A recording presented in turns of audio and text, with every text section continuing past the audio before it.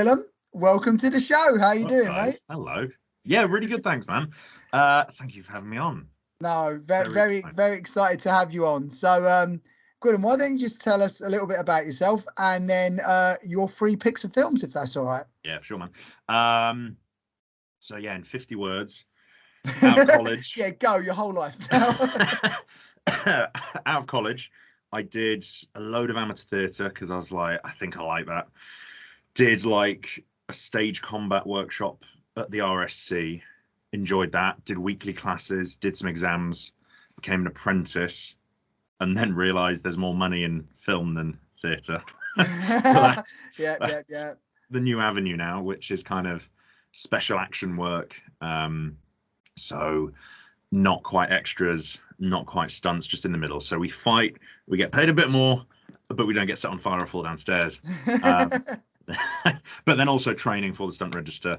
And yeah, working with a similar agency yourself on films and TV shows. I'll give him a free pop. They better give you royalties for that, or a shout out. So yeah, worked in big, worked for Netflix, TV shows, films.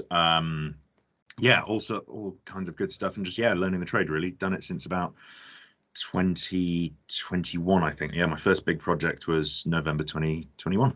Yeah. Brilliant. Well, mate, there's something that sets off really quickly with me there as well. But first of all, what are your 3 film picks as well? That's a good question. I'm being a little bit naughty. I'm sorry. You switched it up. No. So my first one is technically 3 films, but I'm counting it as one because you always watch them together. Yeah. Lord of the Rings. Like that is the reason I'm in this industry, because when I was watching that as a kid, I was like, this is incredible. I want to do that. Second one is John Wick 2, very specifically, and that is literally because of just one scene, one shot that just stands out for me, and I'm like, this is the reason that I like this film. And then the third one, Grand Budapest Hotel, just top tier film. Yeah, huge impact on my life and love it. Yeah.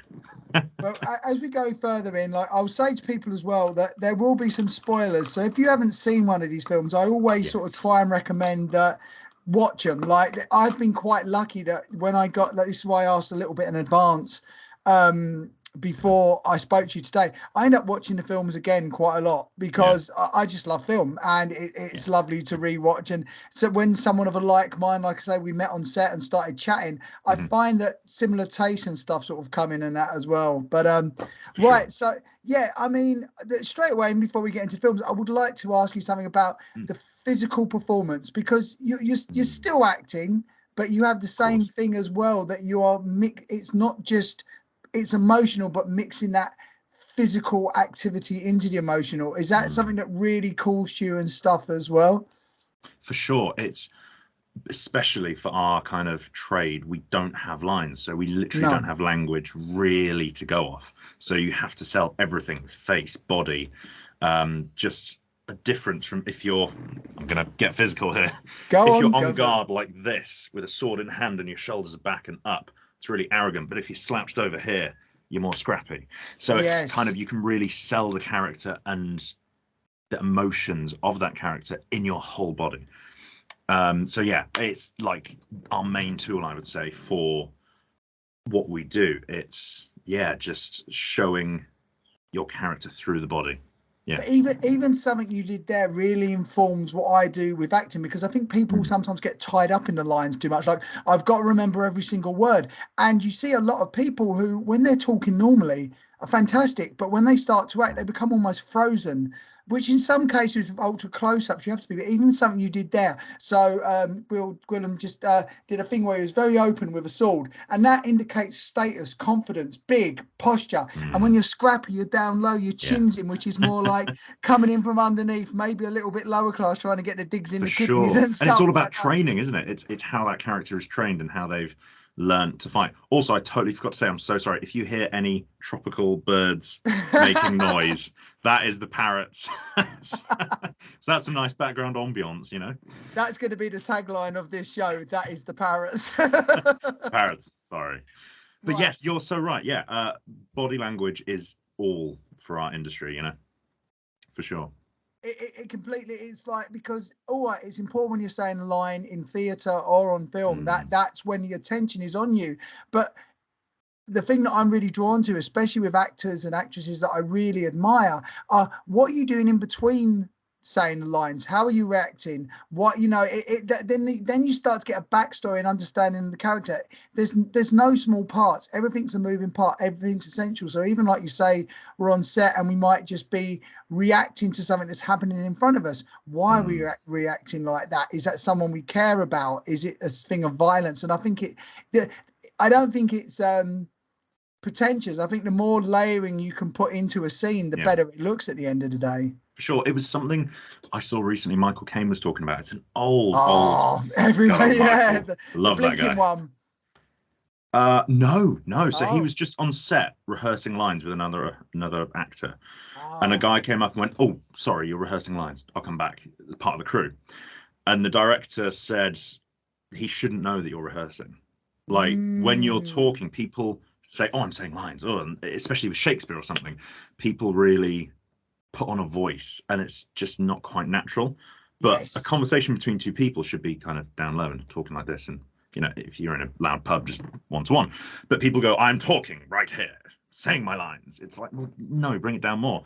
So then that was a massive note for Michael Caine. Just stop performing it and just be as natural as possible and just make it a conversation between two people, which is just, yes. So that's a really good point about, like, yeah, people focus on the lines and they should just make it natural and then let everything else push through, I guess. Yeah.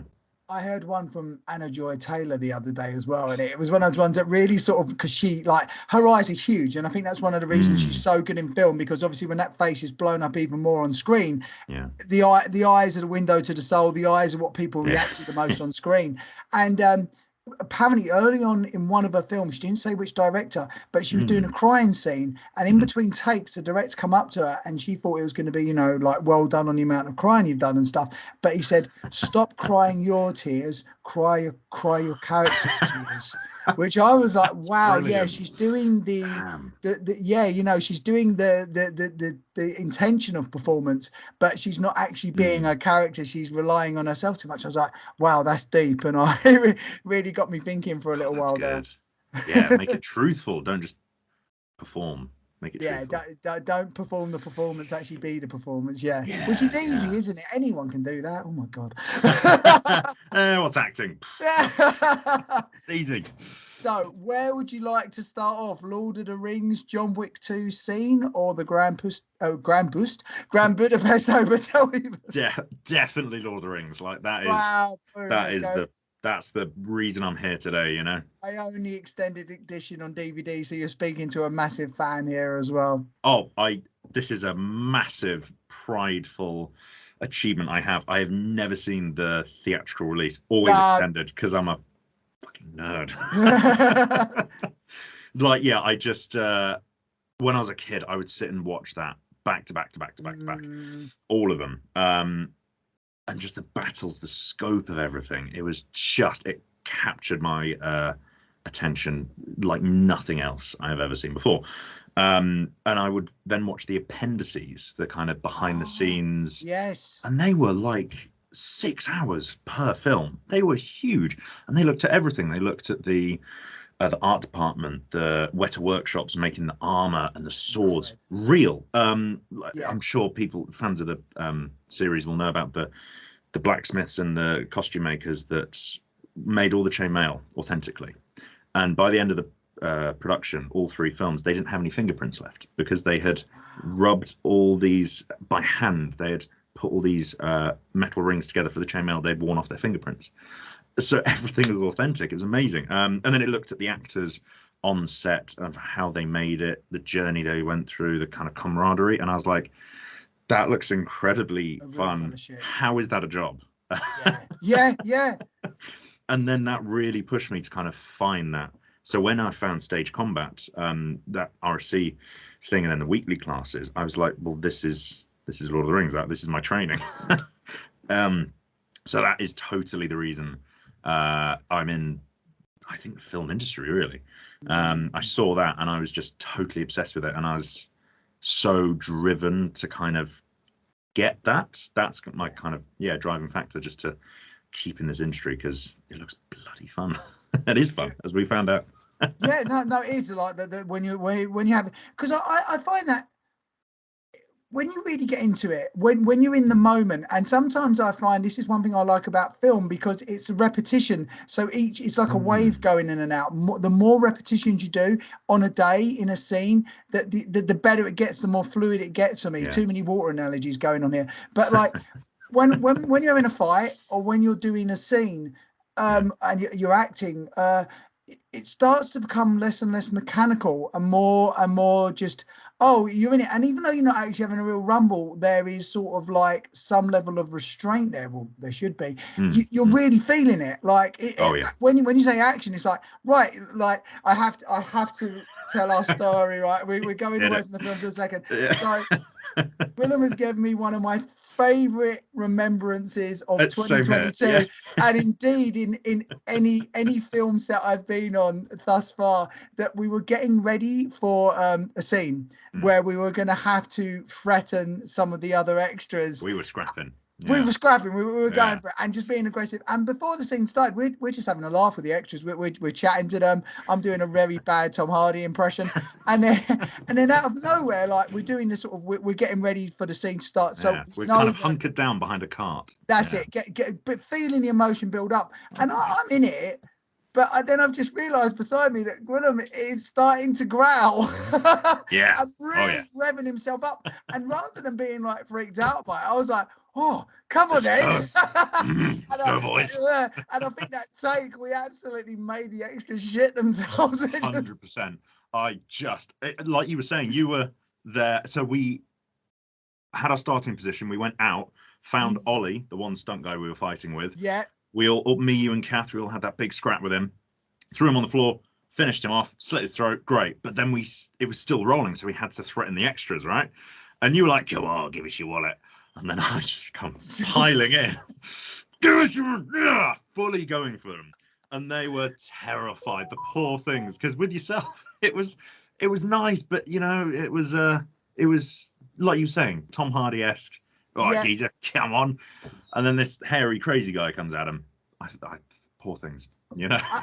I just think it's like I say, what you allowed yourself to do there, and really gave me a moment to as well. It's like breaking out of performing and actually being like, in those moments, I wasn't thinking, what should I do next? I'm just thinking, these guys have kept me down, the whole status thing, and it's like, I'm gonna all that was playing in my head was, I'm gonna make you suffer. And as they were hunkering under the carts and stuff, I was like, this is great. Well, this is it. Just before the take, because we had done a couple of days in the studio before that in the tavern, where we transform into these animals. I can't remember the name of whatever the name of our group was that we were playing, but I transformed into a dog.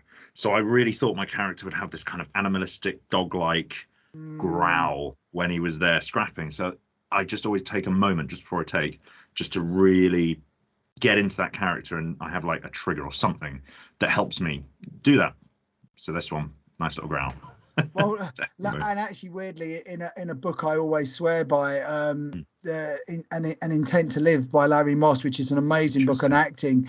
One thing he really focuses on is what animal is your character. And I always remember Anthony Hopkins talking about, he was having a chat with Jim Carrey of all people, and he said, when Jim Carrey did Ace Ventura, he said, oh, you were being a cockatoo.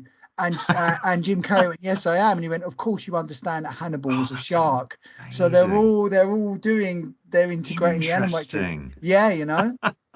That's brilliant. And actually bringing it back into the world of Lord of the Rings as well. I remember Viggo Mortensen, who I absolutely adore as an actor as well, was driving around with his sword in the back of his car. Yes. And he got arrested at one point, didn't he? Because he was at the gym, I'm I'm a ranger. I would always be carrying my sword. This is my weapon. And I was like, brilliant. Tangent on Viggo Mortensen. Oh, what a man. Have you caught what is it? I think it's Captain.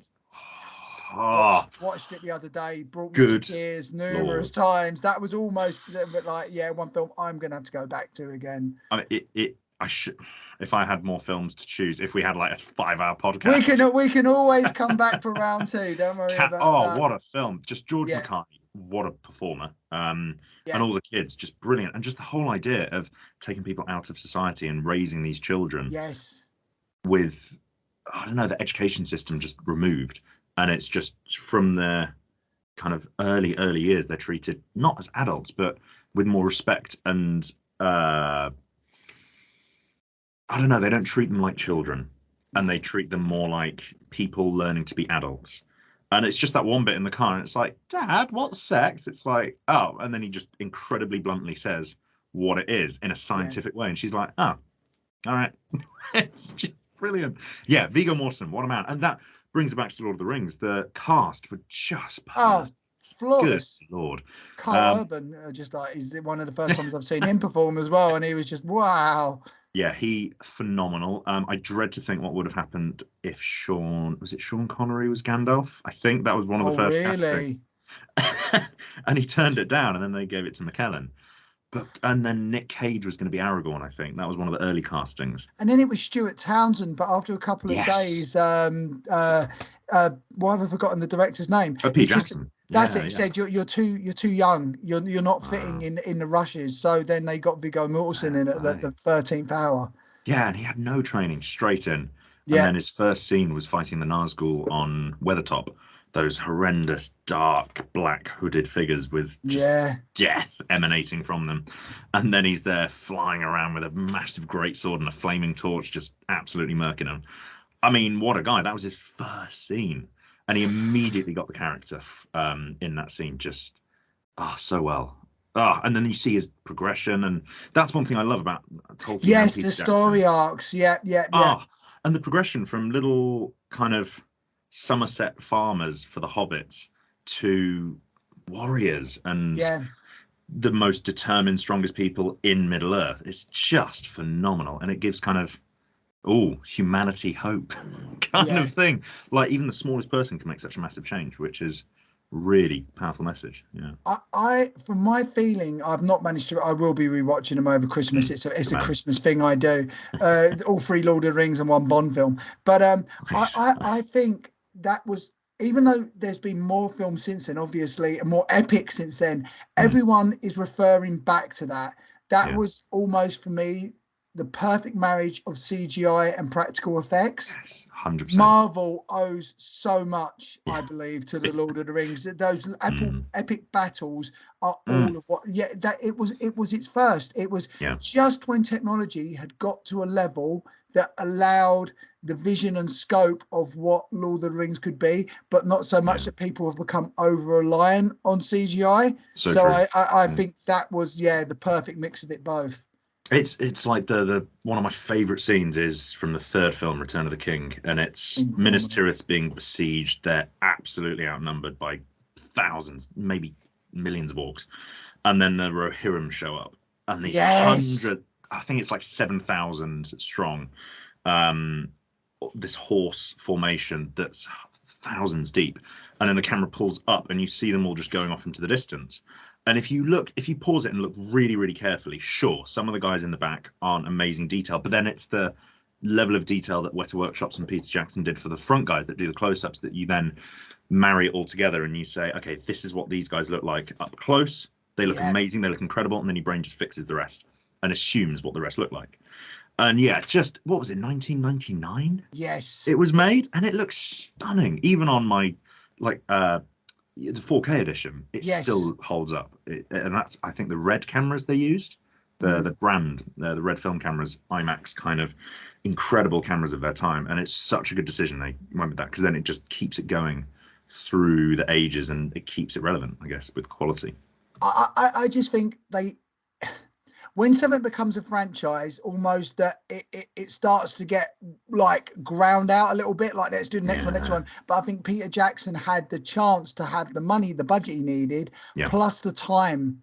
So the scripts were perfect, and the technology was perfect. The shooting locations were perfect. Everything, like, you can't manufacture that. Everything was in at the right time. And I have to give a pop to Christopher Lee as well. He caught some actors when they were still alive and still available. Christopher Lee for me in that is I cannot imagine anyone else in that role. And the verbal sparring between him and Ian McKellen, Oh, even though his death just scene was cut perfect. out, it just absolutely perfect. I wish they could have kept his death scene in that. Yeah, for sure. I think he was up. He wanted to play Gandalf because he was one of the only guys who had actually met Tolkien. Yeah. But then he was just so much better as Saruman. Like, Yeah. so menacing, and his voice. Oi, just what a man. Incredible. But I think going back just ever so slightly to what you were saying about churning out franchises, you can just see the kind of greed of the board that own the IP for Lord of the Rings.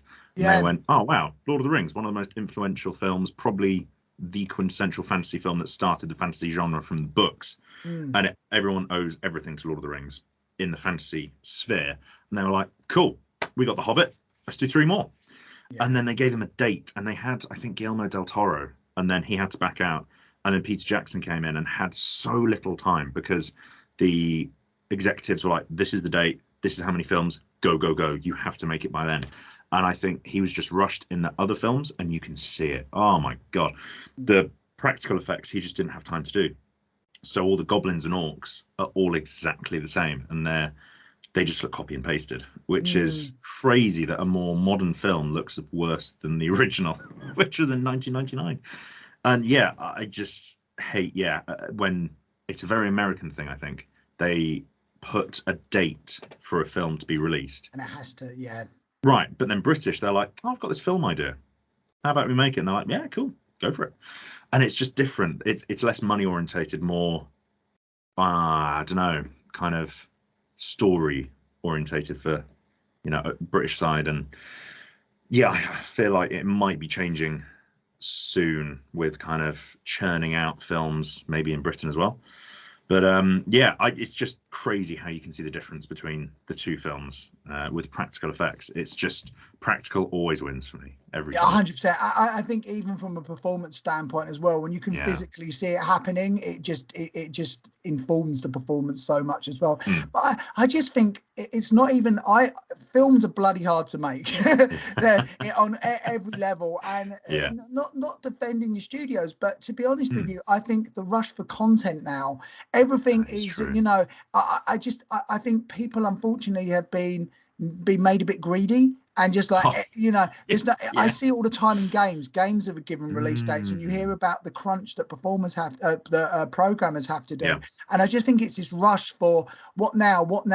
It's not released. You're going to have one this year, then one next year, or if it's a mini series, it's all released on the same day. So the speed people consume now, it's almost getting to a point where you can't actually make stuff quick enough of a good enough quality. It's just getting it out there, and I think that's a shame. I think there needs to be a redressing of the balance somewhat. For sure. Like you see it with, I think it's Ubisoft with Assassin's Creed. Every year they were at one point were churning them out, and they were coming out just buggy as hell and just not finished. And it does blow my mind. They would be like, yeah, we can release an unfinished game that doesn't work. It's just crazy. It's like Cyberpunk and everything, where they're just releasing a game, and as soon as you get it, I won't even really bother to play it for the first couple of weeks because I know there's going to be a couple of patches. So yeah, very true, man. It's hard to get those games. So I mean, we could keep on going, but I think we could actually talk about Lord of the Rings for the full hour, and maybe we'll 2 hours back to it. So easy. Like there's a Christopher Lee story that popped into my head as well. But it's the stabbing the guy in the back. That's Surely. it. That's the one. Do you want to tell it quickly? I love super quick. He was getting stabbed in the back by Green Wormtongue, and Peter Jackson was giving him notes, and he was like, Christopher, I know what a man sounds like when he's stabbed in the back. As his SAS days back in the war, just hunting Nazis and murdering them. What a guy! He's had a life. Google that. And then Peter Jackson was like, I'm not going to ask why you know that. You do you. And then it was so truthful and brilliant, and that's personal experience. That's Stanislavski. He was method. Hello, Peter. I've actually killed a man. I've killed many men, actually. But yes, moving on. John Wick 2, and which specific scene? I'm absolutely intrigued now. It is just my favorite shot. It's right at the beginning. So, he's chasing a guy on a motorbike, absolutely decimates him with his car.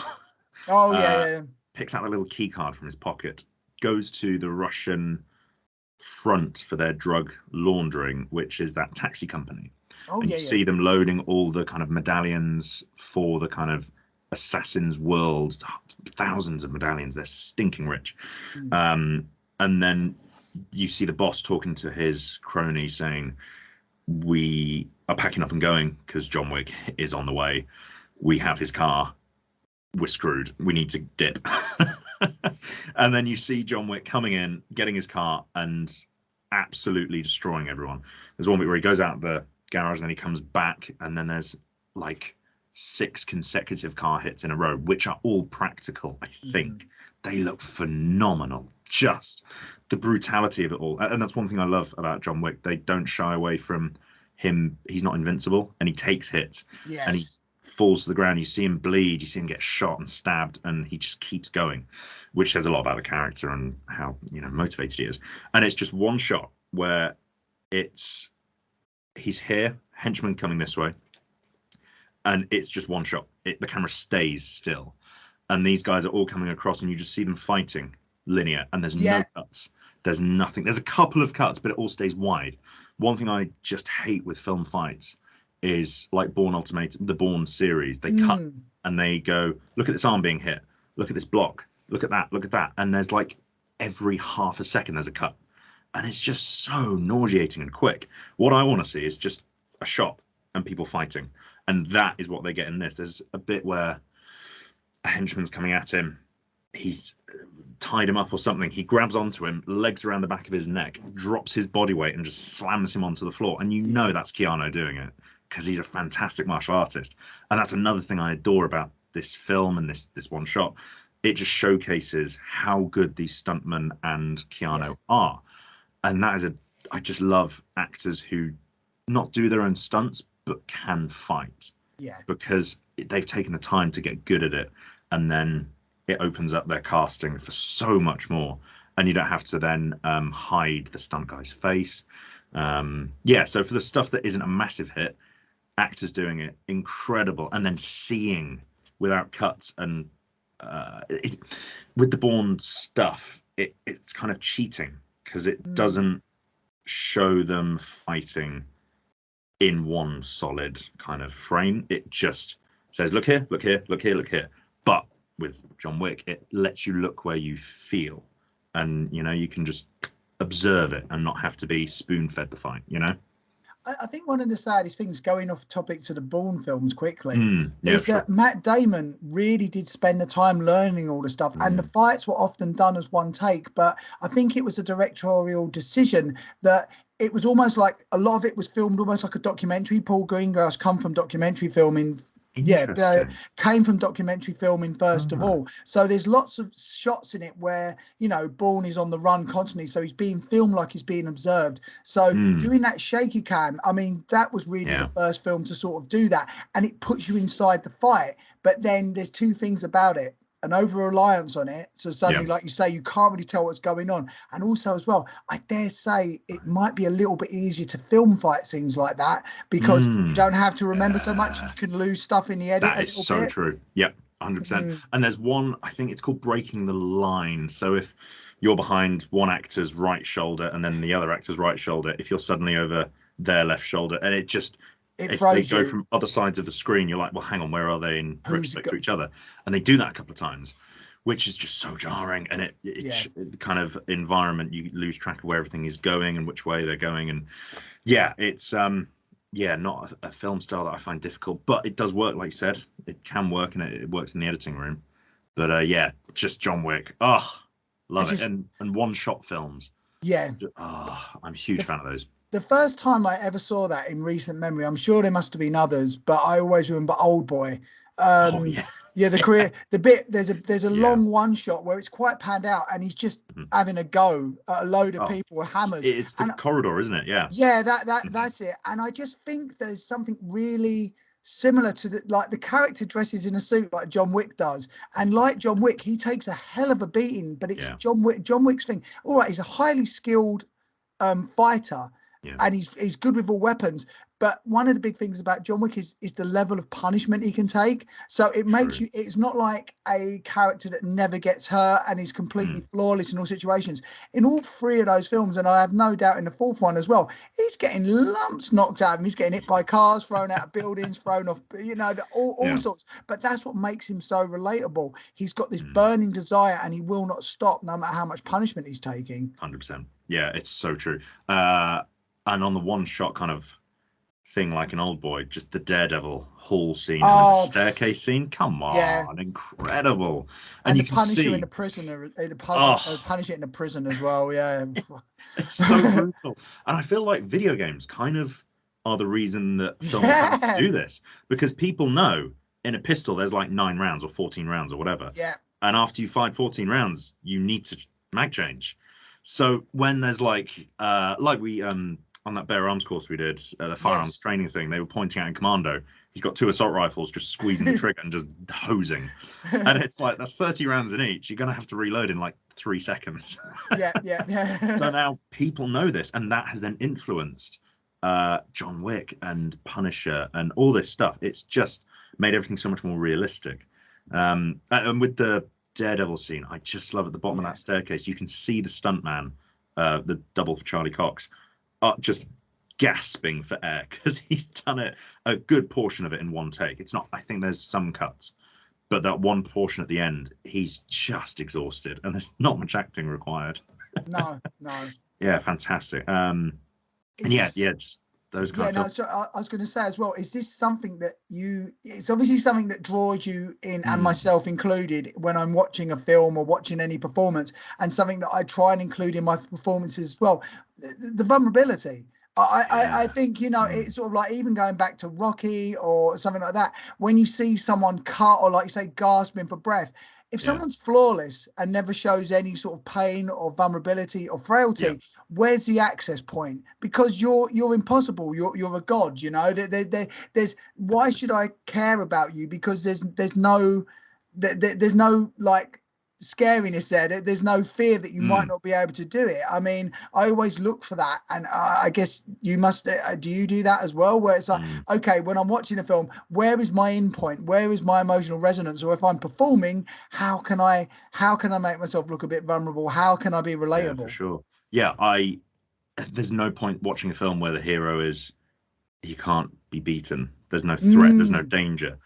And I feel like you're not gripped. And one thing I adore about film, and I know it's a good film if I have a genuine emotional reaction to it.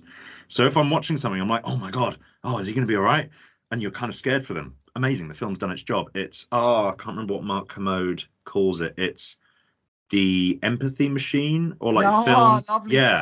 Film is the emotion maker, emotions machine. And you go there to feel emotions and to be taken on a journey. And a true good director is going to make your emotions do what he want or they want. You know, they want to. What's the word? Manipulate your emotions. That's it. They take what they want and they make it. And you can't do that. If no one's vulnerable. So, for instance, on that film set we were on, where I think at one point I was circling with that one stunt dude and my face was towards camera, and just a little bit of one thing for me that really helps is eye contact. So the more locked in with the eyes you are, the more threatening and intense you make it. So if your eyes are wide and staring and you've got a little panic in your eyes because this massive guy in armor's coming at you with a huge sword and you've just got a little knife, that's scary. And showing that in the eyes is so important. Eyes are the gateway to the soul. So I think for me personally, it'd be eyes and just face, showing that you're scared and getting the kind of truth and reality of this scene, of this setting. So most of the time, if you're in a fight with someone, if you don't know them, you have no idea of their kind of training, prowess, combat ability, so they could be utterly incredible and you are just absolutely screwed. So it's always that not knowing of how formidable they are, so kind of and that's the line between not knowing. Yeah, but I mean, that, and what you're saying there is wonderful, because it's actually a line between reality and fantasy. Like, even though we're both playing a scene, you said before you do that first take, actually, how good is it? How good is my, the person I'm collaborating here? Is he going to react? Is he going to make my stuff look good? Is he going to be able to react and stuff as well? This is so similar to pro wrestling. It's unbelievable. but that's the second level for people that go, oh, it's just fake. It's not. It's so real when you're in the moment with it. There's so many variables that are actual reality, and it all comes across in the performance as well. 100%. Yeah, like you just don't. Sometimes I can't remember what it was. It was, I think, Always Sunny in Philadelphia. Yeah. They were on that podcast. They were talking about at one point. I think one of the characters is just screaming at Deandra, Sweet D, and it's just berating her. And sure, you're acting, but the reality of it is, this real person here, is screaming abuse at you. You're gonna have a reaction to that. Like, it's gonna get your adrenaline up. It's gonna make you feel stuff. So some of the time you don't have to act. No. Like, if the big guy's coming at you with a sword, if you don't get out of the way, you're gonna get clonked on the head. Sure, it's rubber, but it's still gonna hurt. It hurts. Yeah. You've gotta move. And then that emotional reaction gives you truth to the scene, which is really nice. I do love that. So when I'm fighting with someone, I kind of want them just to push me a little bit. I want them to fly at me. I want them to, if they're giving me a kick to the gut, find that line where it's just before painful and give me that. And that gives me then a bit more emotion and power to then drive on. And it just makes the scene so much better, A little bit more intent and violence. 100%. But there's no low brow or higher brow for me. There is no sort of, like, because I think that's just a classist thing and I hate it. For me, it's like, whether I'm watching something or performing in something, whether it's a physical action or just an emotional action, I have to feel it. That's what separates classic cinema and classic performance, that in those little moments, I'm there. I'm feeling it completely. I don't know about you. When you see, like, one of these films that have just, like, the first time you saw it, did it leave you? How did you feel after watching them? Does it give you a certain sense of saying, what are you feeling? Oh, just it's what I feel. Because when I'm apprenticing stage combat instructors, when we're showing something in class, we show a punch to the face, or my favorite, a kick to the balls. Just fantastic. And they know they're in a stage combat class, so they know it's fake, but they still go, ooh, like it's not real, and they still get that emotional reaction. So it's, for instance, with Theoden's speech to the Rohirrim just before they're about to charge. Bernard Hill absolutely kills that, and I would go to war directly after listening to that. In John Wick, when he's like breaking bones, or it's the bit where he's got the pencil in the subway, he puts it against the wall, and it's fake, but it looks so real, and it's just that emotional reaction you get, that ooh, or such a great speech, it stirs you to want to go and do something. It's that kind of inspiring stuff that just reminds you and shows you the bar of what can be done, and kind of what is expected from us in the industry, that this is what some other people have done. What's your excuse for not getting up there? So it really drives me to kind of keep going and find how to make stuff I'm creating look like that. I love a good fight scene. It just reminds you of what can be done. I just think when you are on set and you find someone that, like yourself, that you did the growl, but if someone is willing to collaborate, if someone has got their energy up and they're resonating, that for me, or vibrating, and I can resonate with that, it just brings everything up. It brings the whole energy of the setup as well, because it's like someone is giving part of themselves and you can react to it, and it only just makes everything better. And I think that comes off screen. One of my favorite things of Return of the King is that close up of Viggo Mortensen's face as he just turns around, Aragorn, and looks at everyone and just goes for Frodo, and it just runs into the fray. And even now, that's giving me goosebumps. It's the memory of it, because the music, the framing, but most importantly, Viggo Mortensen or Aragorn's face, he means that. He is really doing this. He's not Viggo Mortensen playing Aragorn. In that moment, he is doing that, and it means everything. And that is another reason I love Viggo, because he is I can't remember the name of it. It's a post-apocalyptic film where he's with a Oh, The child. Road. Like, compare Aragorn to that character. Oh, just another person. He's just incredible. It's when this is a candid insight. It was when I was doing amateur theatre back in the day, and my mum would come and see every single show. Bless her, she was incredible. Like, so much support. I adore that woman. And she would be not harsh, but she'd be honest. So a couple of performances, she was like, I could see it was you, you know, like you looked a bit timid on stage, you looked a bit lost. I was like, okay, bit harsh, cool. But then one day, it was the first production I did with the Crescent in Birmingham, amateur theatre, History Boys. And she was like, wasn't you on stage? It was great. Wow. I was like, oh, thanks, mate. And then I did a horrible villain that was like Tom Hardy-esque. It was a soldier from 1870, Sergeant Musgrave's Dance. And that was one I really threw myself into. And she was like, you were terrifying. That really wasn't you on stage. And I was like, done, sorted, great. That's all I need. I honestly think that is so invaluable, because one thing I've discovered the further I've gone on sets, a lot of the time you're not going to get that feedback. So it's better to get it back there, because then if someone gives you that feedback back there, then you know, like you say, you know your levels already. You're like, okay, that got a good response from someone that's going to be honest. I mean, that's the thing, rather than being critical or playing games, and just being purely honest with you. So like, okay, that's my level. That's what I've got to get to next time. 100%. And that's one thing I think nowadays people are getting a little bit too oversensitive. So for instance, when I get feedback and like not criticism, but people telling me that wasn't right, do it like this, I'm like, awesome, thank you. Yeah, tell me where I can improve. Yeah, you must listen to feedback and kind of constructive criticism. If someone is, because you haven't got a third eye, you can't see yourself. So if someone's seen something like that foot's not in the right place, or you need to aim that a little bit higher, or that didn't come truthfully, find more truth in that scene. Brilliant. They're helping you get better.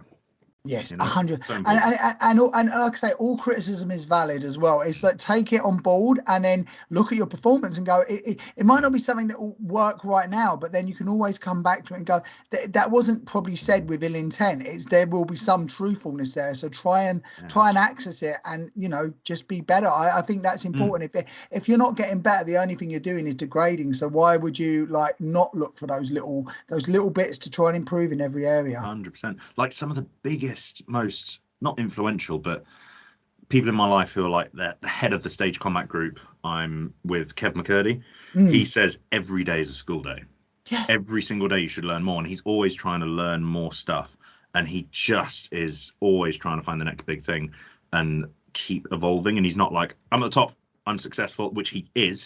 He's doing all the fight choreography for the big production houses in London, so the National, all that stuff. And he's this guy who's top of his game, still wants to keep learning and taking stuff from other people. Like on that set we were on, working with those stunties. Yes.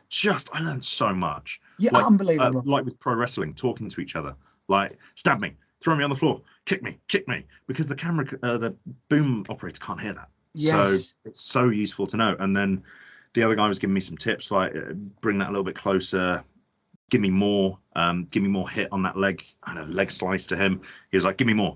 I can take it. Don't worry. So it's just, working with each other and feeding back is so vital. So if anyone ever resists it, I'm like, you think you're perfect? Fine.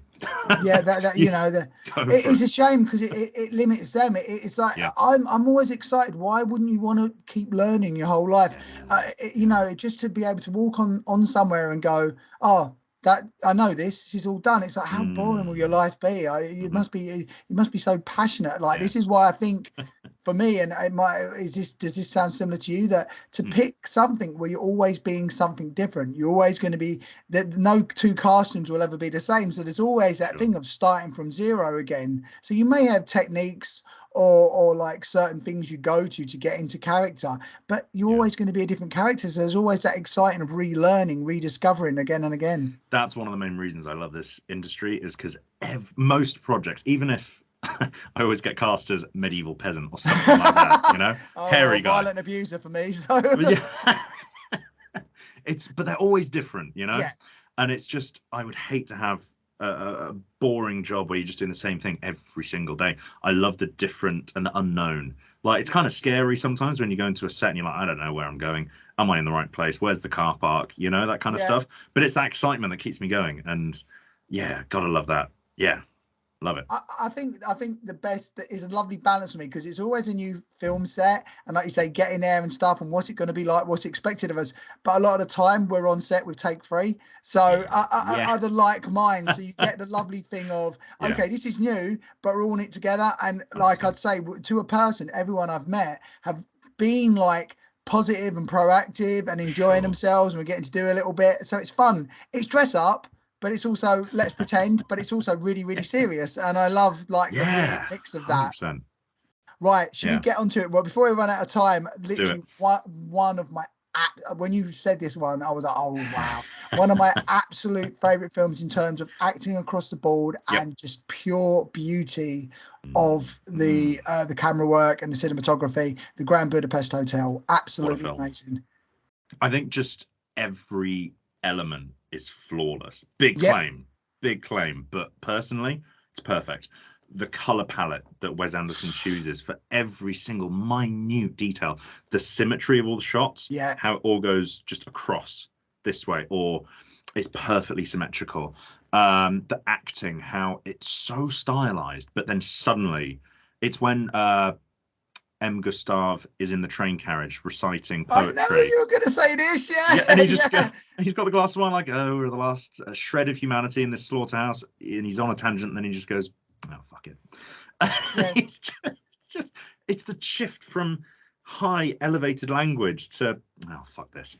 It's so good. Like, that kind of comedy is so unexpected and sophisticated. I just love it. It's such a good film. And the actors, I love how people want to be in a Wes Anderson film. They don't care what part it is. They just want to be in this film because it's so, it gives them so much room to be so creative and inventive. I can't remember his name now, but the inspector who is pursuing Gustav. Oh, yeah. Edward Norton. There we go. Yeah. I loved his performance, and everyone in it. The guy who plays Zero, fabulous. Saoirse Ronan, she's amazing. It is probably one of my favorite films ever. Going really personal again. Literally, my poor African grey parrot that me and my wife had. One day he just was on the bottom of the cage, just limp, and we're like, okay, you're going to the vet. They looked at him, we're like, nah, we need to put him down. Put him down, sobbing my eyes out. I've never been so sad. Went home and just instinctively put on Grand Budapest Hotel to make me feel better. Because it was just like, I need to feel happy and good and just something that's comfortable and comforting. And I know the lines and like the cast feel like family because I know it so well. And it's just my top all-time feel-good film. It just has a cozy feeling about it in a weird way. I just like, I couldn't agree anymore. Like the acting across the board is phenomenal, and it's funny because a lot of Wes Anderson's films are very good because he snatches you in with the whimsy. So everything feels quite like funny and storytelling, but then there's always big scenes of emotion and seriousness, and they just get you. I remember at the end of the Grand Budapest Hotel, this is why I love going to the cinema still, people were openly crying. And I love that. We talk about getting it when you hear in the audience, someone goes, or like you'll get that honest reaction. I'm like, yeah, this film is doing it, you know, like absolutely incredible. And I just love how he can turn the emotions. It's an empathy machine, you know. He makes he manipulates your emotions so well. So it's incredibly funny and just fantastic. And then suddenly it's talking about spoilers, sorry, at the end of the film when Gustav has been killed, his wife and child have died. And it's just like, oh, it just hits you from absolutely nowhere.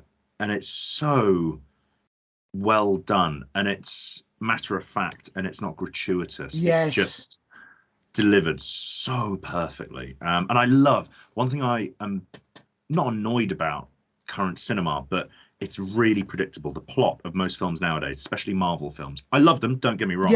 I'm a huge Thor fanboy, obviously. Big beard. Me too. Right. But every film, like with Ant-Man, for instance, it starts off with a hero and then his enemy has exactly the same powers, then the enemy starts to win, and then the hero has to find a way to come around that, and then he wins. The hero's journey. Yeah. Right. And it's just complete. always the same. All these films are predictable, but then you have Grand Budapest and other Wes Anderson films that are just so original. And it's just a gorgeous story that he tells, and you have no idea where it's going. So you don't have any expectations kind of what can happen, which just makes it so much more enjoyable.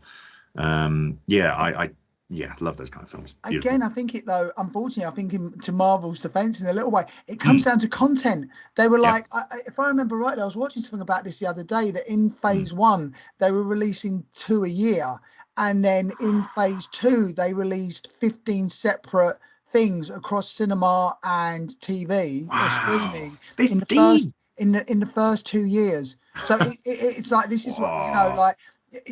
Things are going to get repeated. It's like you say, it all comes down to time. So even like we were saying, Peter Jackson having to copy and paste orcs, they're probably having to copy and paste scripts. You know, I can't imagine the level of churning that's going, because Wes Anderson, he's got to that level now, which is lovely, where he goes, I'm going to make this, and it's delicate and precise, and he's hand stitching everything, because they take time. It's like Paul, if you look at any of these great directors like Paul Thomas Anderson, Stanley Kubrick, all of these Brian De Palma, you know, Scorsese to a degree as well, where I'm just going to go and do it, and it's ready when it's ready. It's not content for content's sake. It will be ready when I'm happy with it, and you know, it's finished when it's finished. God, and I just think they're so lucky to be able to do that. Yeah, exactly. It's not everyone, you know, but right. Yeah. I just think that's a thing where we're getting into a really interesting conversation of like art versus commerce, where you want things to be successful. You want people to come in because it's the money that feeds the industry that allows more films and art to be made. But on the other side of things, if you start to go for the money too much, art starts to suffer, and then people go to see it less. So overall, the money becomes back. So it's getting that fine balance there, you know? Such a fine balance, yeah, for sure. And I feel like some films, they don't not necessarily cash out just to make money, but it helps the other ones. So certain films make a load of money, so then other films can take their time with it. Then you got films like Avatar, where it's like, which I'm going to see today, Avatar 2. Dude, enjoy. I need to see it. It looks so good. Have a cheeky espresso beforehand. Long film. Well, luckily, the place I'm going to see it, the Kinema in the Woods, which is in Lincoln, just outside Lincoln, they always do an interval. They always do an interval halfway through the film. Amazing. I love it there. So go get a quick cup of coffee. Yeah, get back in. Yeah, have a pee, which everyone always needs. How are you going to sit anywhere for 3 hours, 15 minutes? Yeah, that's a long time. That's a long time. But with Avatar, I feel they know it's going to make money. So they're like, you take as long as you need, Mr. Cameron. Do what you need, because they know they're going to get that return. Yes. But then with other films, you're right. Like with Lord of the Rings, they're like, come on, get them out. We need to make them because we need money from this audience that we know will come and see it, even if it isn't great quality-wise. Which is just, and it's so hard balancing all that. Like with video games, the CEOs want microtransactions. Well, not CEO, but the boards, the higher-ups want that income on paper to say, look how viable we are. But then they don't, maybe they do, maybe they don't think about the kickback from that on the fans and the consumer, I guess. But yeah, Grand Budapest, what a film. Like, even the music by, I'm gonna find, I have it up here somewhere, Alexander, where is he? I can't remember his name. Alexander Desplat, I think it is. I think you're right. Hang about, I'm just getting it myself. Something like that. He's just fantastic. Yes. That's another thing. Like, one of the most important things for film, for me personally, is the music. It's another tool for the director to guide your emotions. Well done, Alexander Desplat. You got it right. Hey, nice. Big fanboy. I mean, I walked down the aisle to my wedding with my wife to the M. Gustav theme. It's such a it had to be part of that. It's gorgeous song. It's so delicate but well written. And then whilst we were signing the papers for the wedding, we played the Red Wedding sound, Rains of Castamere. That was great. Was anyone murdered? Scared my brother. It's great. And then we walked out to Married Life from Up. Oh, Just oh film that music. Just I had to have it on my wedding because it's so.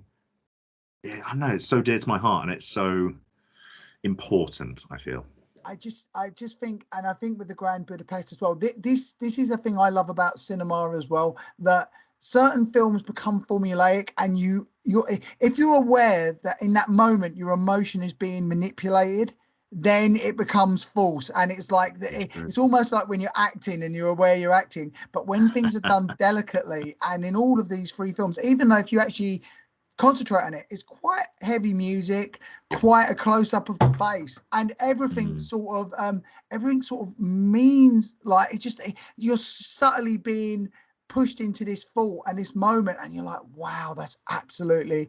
And then when you feel it, and it's just like, for instance, sorry, spoilers here, Ray Fiennes' last look before he gets involved in that last punch up in the train, and just that resignation, it's like, this isn't going to end well for me.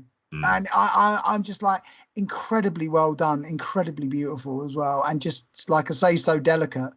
Yeah, for sure. And that's one thing I do adore with Wes Anderson. He knows when to make it rough and tumble, like when they're the first time they meet the police on the train, and they're that kind of slapstick fight. Yes. And then when they're at the reading of the will, where it's punch in the face, he falls, punch in the face, he falls, punch in the face, he falls, punch in the face, knuckles to camera. It's really funny and really slapstick, but then it goes incredibly soft and gentle and emotional, like when he's on the carousel with Saoirse Ronan, and there's that shot that is just divine of her looking lovingly at Zero with all the lights behind her and the carousel moving. Just what a director, like he knows when to do that, and he just knows when the right the right moment occurs to use each different type of scene to then make such a good film. It's a hard skill, I bet.